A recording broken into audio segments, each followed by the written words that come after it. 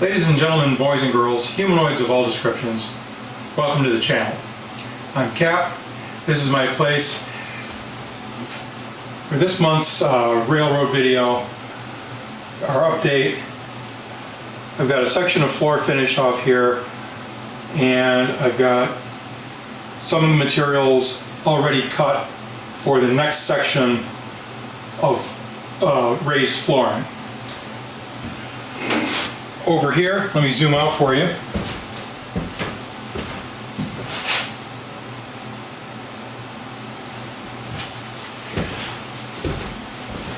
Although these are not the supports that I'm going to actually use, they're too wide. I've placed these here in order to have an idea of the height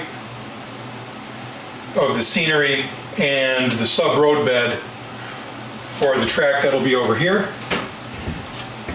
And what that allows me to do is have a line on my sky backdrop here, right here for track height, and another one right here for the base for the ground, the scenery. So now what I'm going to be able to do is I'm going to be able to hold this bridge here with a couple of small nails, and I'll be able to measure the height of the bridge piers and the bridge bents. Those are the towers that go in between the piers and the bridge itself. That way I'll know if I have to put any scraps of 2x4 or plywood underneath the landform, or if I can just start building things up. The other thing that I'm going to be able to see in the next couple of days is whether or not I can actually use these Walther's bridges.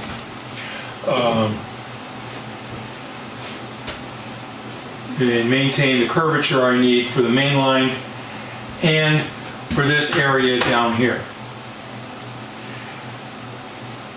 This area, there will be a second bridge lower down, cross over this river, and come over here into this area here.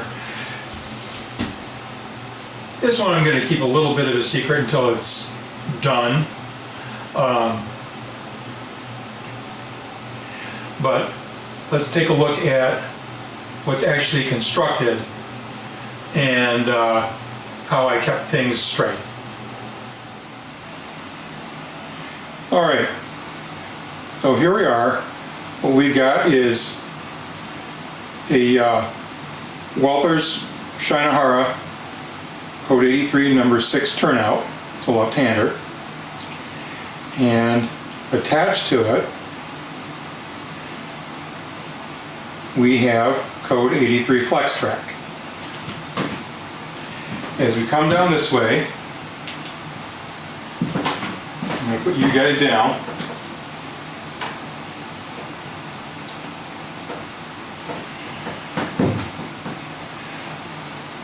There are two basic ways to keep a long section of flex track straight. One, if it's nice and flat, you can use a straight edge. You can use yardstick, or in this case, I used a level. This one's about 3, maybe 4 feet, 3.5 feet long. And I just put it up against the track, adjusted things, and drove the nails. As I drive nails, I like to hold on to them with a multi-tool and use a small ball peen hammer, which you guys saw while I was doing the revisions in Lakeport Yard. These tracks are 28 scale feet apart. And so I know they're 28 scale feet apart because I utilized an object. So what I did, I took this HO scale 28-foot pop trailer, there's a nail right here where my finger is, so I put the trailer against the cross ties where the nail is. I push the cross ties over here up against the back of the trailer, and I drove the next nails, one here and one here. And that ensures everything stays nice and consistent. Now, I said what I'm doing over here, I'm going to kind of be closed-mouthed about that for at least a couple of more weeks. Should these tracks in real life be farther apart? Yes, they should. And when you hear what I'm doing over here, you'll probably agree. But because of the amount of space I have, it's a good visual compromise so far as the eye is concerned. So that's this area here. Let's go back over to where the bridges are and talk about how those are going to be set up. So back in this area, as you can see, part of the backdrop didn't get any blue paint. And you can just see two pencil lines. The top one is labeled track, and over here, this one is labeled ground.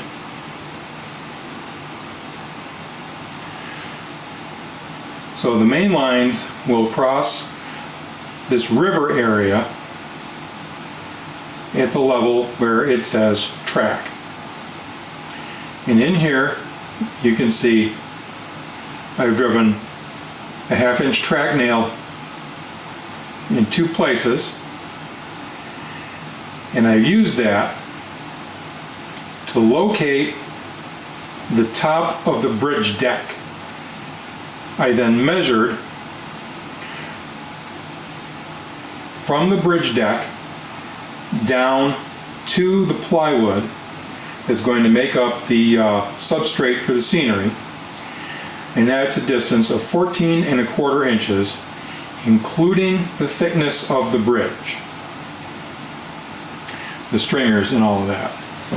So what does that mean? That means that I don't have to put any supplemental pieces of plywood or masonite or anything like that down to increase the height of the bridges. All I'm going to have to do is, we'll get some light in here. I think you can see that inside these bridge piers there are cut lines. So all I'm going to have to do is cut those at the bottom cut line. That'll give me just the right height, because these bridge bents from Walthers, unless I make them from Central Valley Truss Kits, this gives me an extra 1/2 inch of height between the bent, the pier, and the bottom stringer of the bridge. So that's going to make things a lot easier. All I have to do now is locate the beginning and the end of the curves over here for the bridge approach and over here. Sometime this week I'll make another trip to Home Depot and a trip to the proper lumber yard. I don't like buying dimensional lumber at places like Home Depot or Lowe's. Every time I get the lumber home, no matter what I do, it's turned into a spaghetti bowl. What was straight at the store is not only twisted, but it becomes curved by the time I get it home. So I'll go to a proper lumber yard for the dimensional lumber. However, these handy panels of both regular plywood and the birch plywood I like to use for the roadbed, that I definitely will continue coming from places like Home Depot or, well, I don't like Lowe's. And then I can go and I can get another can of paint. I had just enough paint to do this up here, but not enough paint to put any back in and have it be worth putting the lid back on.